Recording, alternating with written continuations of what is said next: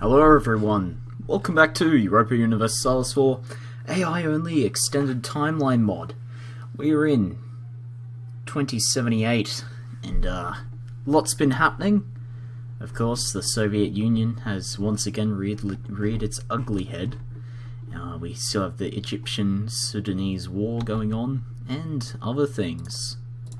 Now I'll bother to get the current wars up. So the Egyptian-Sudanese imperialist war, Nigerian change government form of Morsi, and Spanish reconquest of Tadimate against Algeria and Central Africa. Rightio, let's continue, shall we? So, it looks like Algeria will once again fall under the Spanish control. However,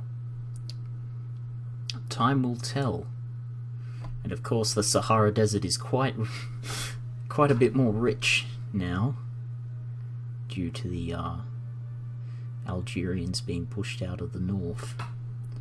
Which is, you know, it's beneficial. At least it forces the infrastructure focus away from the already developed and much more fertile north. However, of course, they don't have as much. Actually, that's not how this game works. Anyway, I'll get off that line of thought. Anyway, we have quite a few Sudanese peasants, a lot more than the actual troop count of the army. Now, I do believe Nigeria is on the side of... Oh, that's the trade map mode. Yes, they are on the side of Sudan. So, that will be occurring. Okay, so the conquest of Morsi has ended. Good job, Niger. Yatenga still owned, however, yep, Liptako has now gone to Niger as they try to assert themselves as a minor power in the area, or at least get on par with some of the countries here, because they are dirt poor, and in real life they're the least humanly developed country. But I've spoken about this before, so we won't worry about that. Go back a couple of episodes if you did miss that. I think I said it probably at the start of the series. Would have been 5? Yeah, probably episode 5.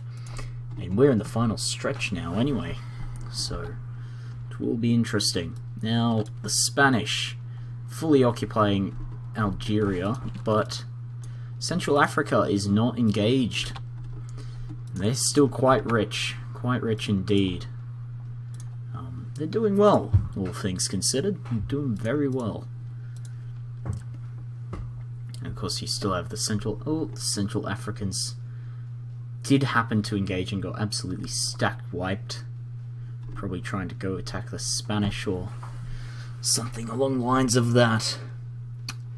Spanish Mali down here, and Spanish Mauritania bordering Senegal. Rightio, Senegal doing alright. They were a bit bigger a couple of episodes back, however they have slimmed down slightly.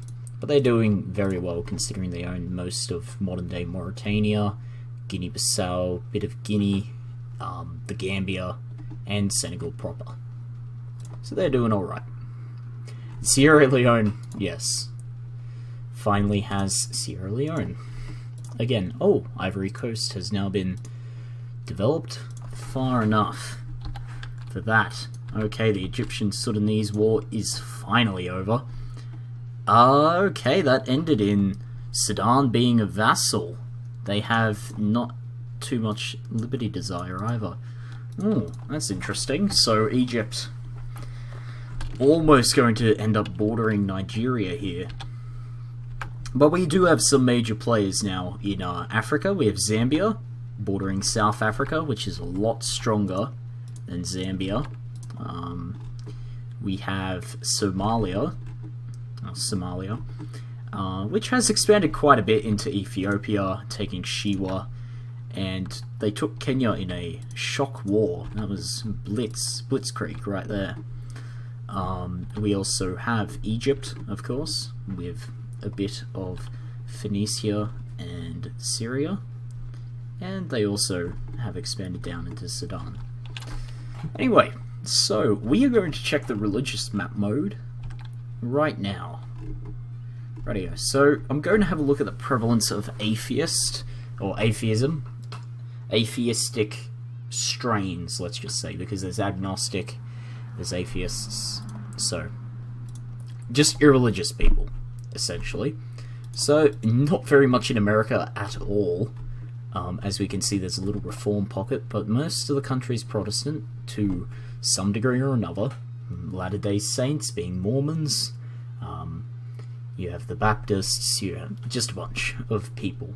But we have Madawaska, Barons River, Sioux Post. That's actually quite rich, and that's it. Cuba is entirely irreligious, and Jamaica is also irreligious, and the Bahamas are irreligious. Okay, go down here, there's no more irreligious. Oh, yes, St. Kitts and Nevis, and no, that is just St. Kitts and Nevis, never mind. Okay, we go down in South America, there's a couple more irreligious provinces. Rapa Nui being one. Very highly developed now, Rapa Nui is, because of, well, Chile literally only owning Arica now. So, wow, Rapa Nui. Good job. But we have the mouth of the Amazon River, Maturu. We have Diamantia, Araxas, Guaya, Santa Tecla, Corrientes, Tucumán, Antofagasta, and Copiapo. Oh, and also Bahia Blanca and Puerto Deseado. And, oh, South Georgia. Okay, now let's head over to Africa. Yeah, even less irreligious regions here. We have Bayuda and Northern Togo, Atakora. Well, there we go. That was easy. Let's move on. In Arabia, we have Timar, and Acre in Egypt is not Jewish. The Jewish religion has been completely wiped out, as a majority at least. Now, if we head over to Europe, of course, we can see quite a bit of extensive irreligion. So London and Wessex and Saint-Ouen and Nevers and a bit of Belgium, Vlaanderen and Brabant. We had a Czech Republic.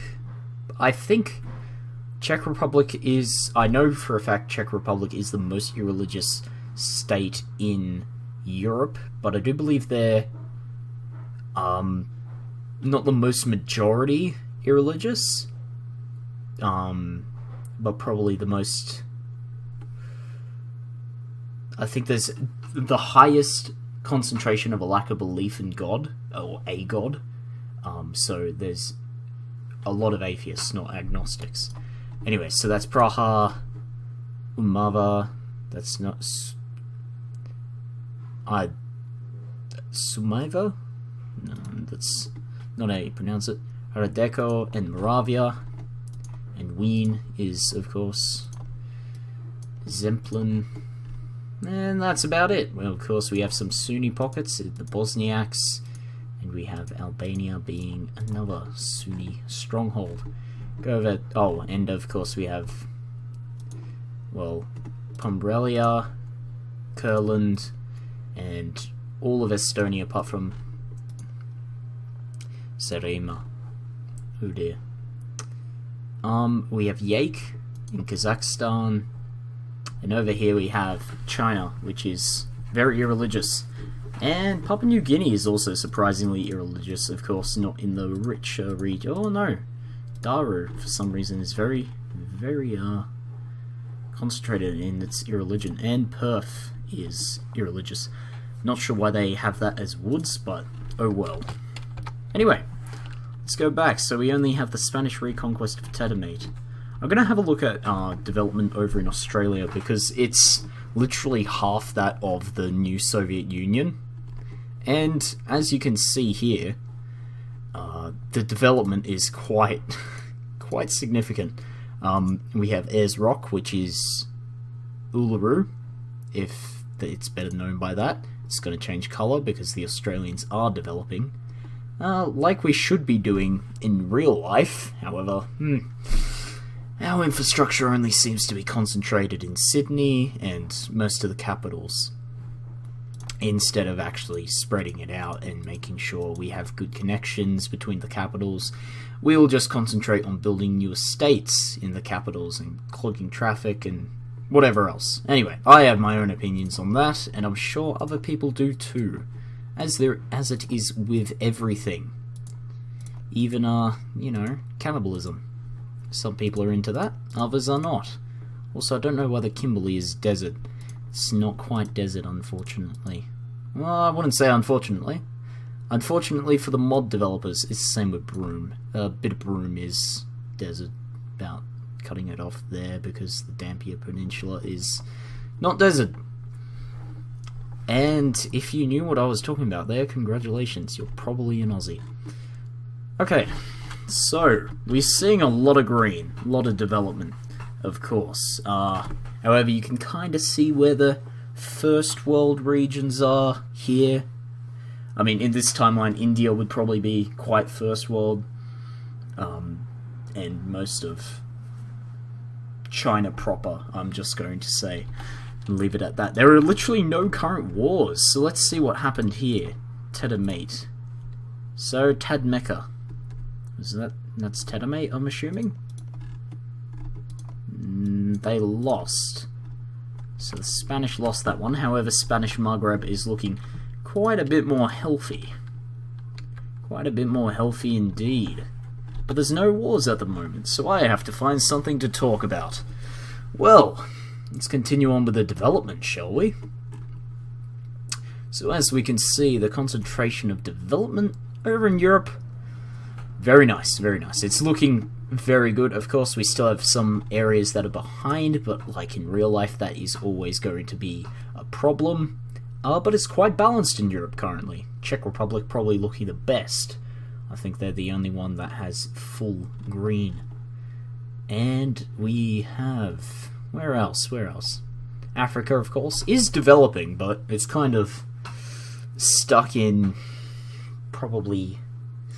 I'd like to say late or mid to late 1800s Europe in terms of development, as in it's clustered in certain areas where there's been a bit of an industrial revolution, and it hasn't translated to the rest of the population.